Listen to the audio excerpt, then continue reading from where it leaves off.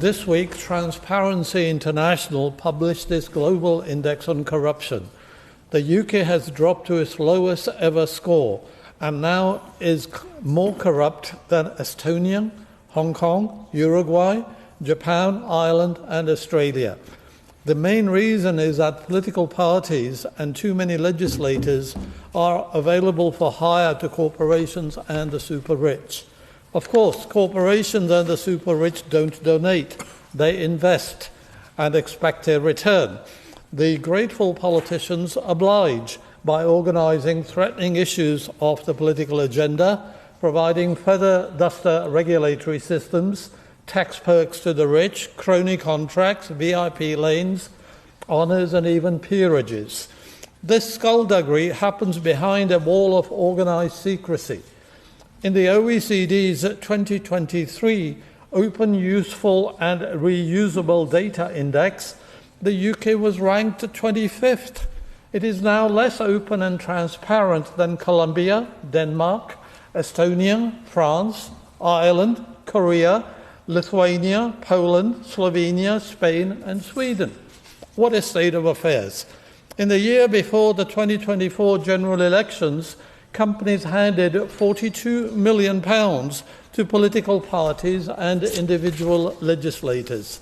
The Conservatives accepted £15 million from Phoenix Partnership, wholly owned by Frank Hester, even though he said that MP Diana Abbott made him, quote, want to hate all black women, unquote, and that she, quote, should be shot, unquote.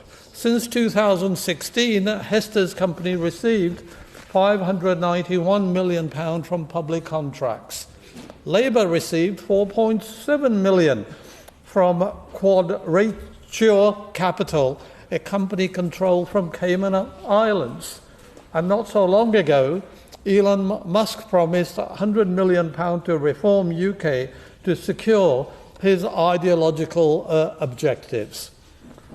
The Electoral Commission does not know the origins of money used as political donations. Any person on the electoral register can pass money, whether from Elon Musk or mafia, as political donations. No one knows where foreign resident UK voters get their money from.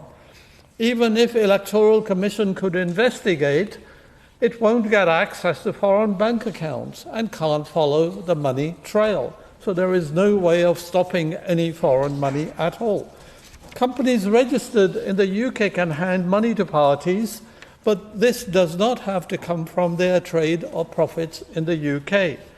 Even if that requirement was introduced, it can't be effectively implemented. Profits can be manufactured through intra-group transactions and aggressive accounting.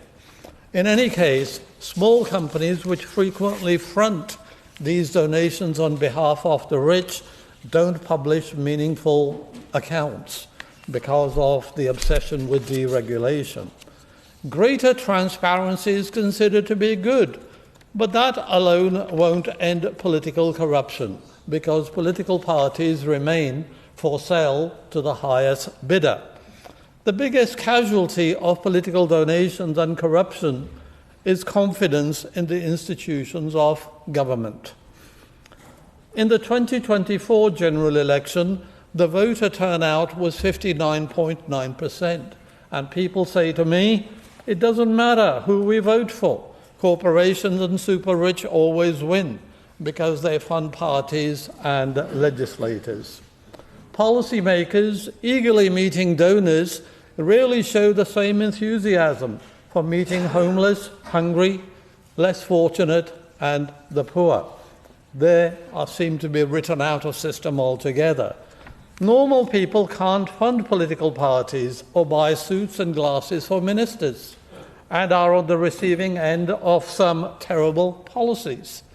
Over 120,000 people a year die from fuel poverty, but governments don't curb profiteering and upset the interests of corporations and the rich. By design, the poorest 20% pay a higher proportion of their income in taxes than the richest 20%.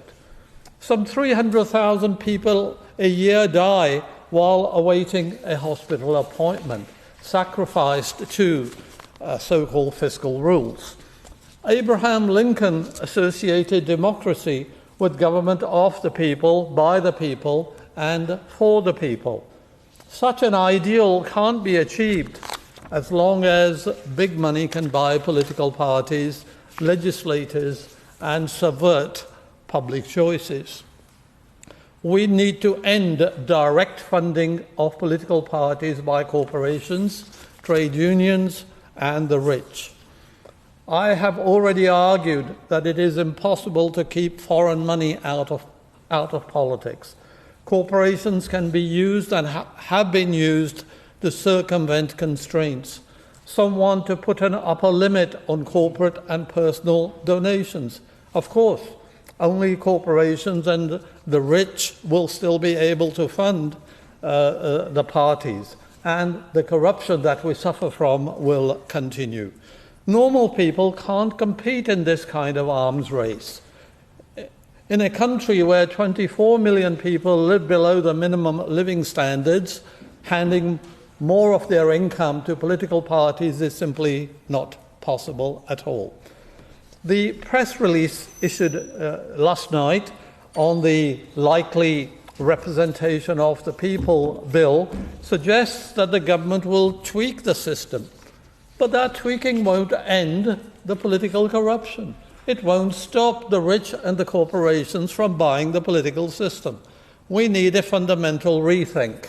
So my proposals are no limits on political donations upon any legal or natural person, but no political party must directly receive a penny from it.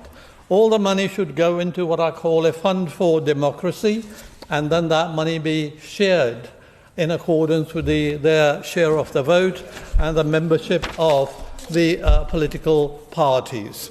The parties producing good policies will get a bigger share. Upon realizing that they can't buy the political system, corporations and the rich will inevitably stop political donations. At that point, we can then discuss the alternatives, including a possible state funding of the parties. Finally, my lords, we can't have government of and for the people without ending direct political donations. Will any party really rise to the challenge and rid us of inbuilt political corruption?